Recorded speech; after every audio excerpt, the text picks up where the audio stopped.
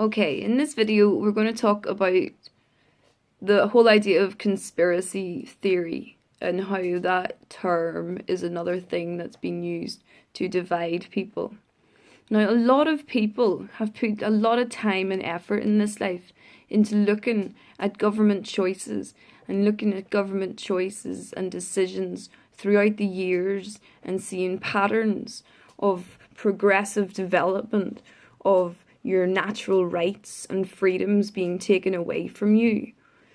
And when any of that became mainstream, the government and their ways and methods, propaganda, media support, labelled that conspiracy theory and gave it a sort of thumbs down for authenticity. Obviously, this was evidence coming through that there was corruption and a plan behind government that was wanting to take over the world fully and be in full control and have you not be able to do anything about it. Now, obviously, they would lie and they would say these people are just conspiracy theorists. Or, they're just crazy, aluminium hat wearing people who don't trust the government, Oh, yeah, they're crazy. Well, hold on a second. These are people that, if you listen to them, can speak very clearly and accurately about the research that they have found, about the connections that they have made.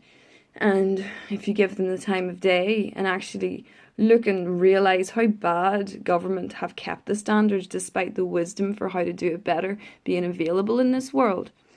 When you see how bad a job is actually being done, when you see and understand the standards of mental health and how people are treated, when you see and understand how much money government actually has to give, yet how poor people are kept and how homeless people aren't cared for because nobody cares about homeless people enough. And it's not fair, it's not good, it's not right. You've had to protest in this world for everything. You've had to fight and protest for women to be given a vote. You have to fight and protest for a police officer to face any charges after brutally murdering someone. Those are only changes that ever happen because people fight and protest. And when the government sniffs that there's going to be a revolution if we don't do this, that's when they make little concessions to make things better. Now, that is not good, okay? That's not good. And, I'm not an angry person because, by choice. I don't bring my anger to the forefront unless I'm in heated discussion and that emotion is really needed to make a point. And so here, instead of getting angrier and angrier, I want us to get to a calm point of center, alright, where we can feel like a whole system, not just us and them, okay? We're a whole system, okay? Best case scenario, the government are play acting and doing their best to manage life at that level until we rise up. Okay, that's best case scenario. Worst case scenario is that they are hell-bent on controlling us and that as we start to unite, they will become worse at control. Or slander me, or try and have me arrested, or bring false charges against me, or any sort of, basically anything done to stop me, basically, would be coming from people who want to keep their power, okay? People who want to keep their power might try and stop me. I know they can't, alright? I'm not worried, I'm not scared, alright?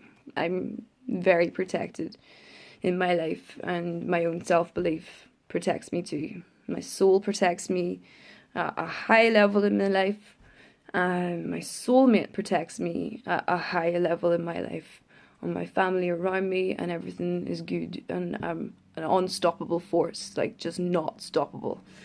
Okay, I know that. I'm not worried about being taken down or taken out. I'm not stopping. My spirit, I can just wake back up into the same day and go, whoa, I'm not going to that public event. Not with the same strategy I had before. Going there to find an assassin this time. Woo! Who are you working for? Etc., etc. Because this life needs love and honesty and true care to take control and lead us into a state of true unity. Okay? Lead us into a real beautiful state with true unity. Okay? And so the control of government. If you've ever read the book 1984, okay, the George Orwell book 1984, and looked around at our society and researched things online and listened and heard and seen about the secret societies that we have and all the different control systems and how some control all the money. And you look at the books, or the book 1984, you can watch the film and you can ask yourself, how different is that from our reality, really? We get given enough to make us think we have better lives than those people who have nothing. Don't we? We grew up in a rich country and we're supposed to feel grateful for what we have compared to people who have nothing in this world. And we do. We do, and we feel content and we feel happy and we do our best. But none of us are living at the right standards.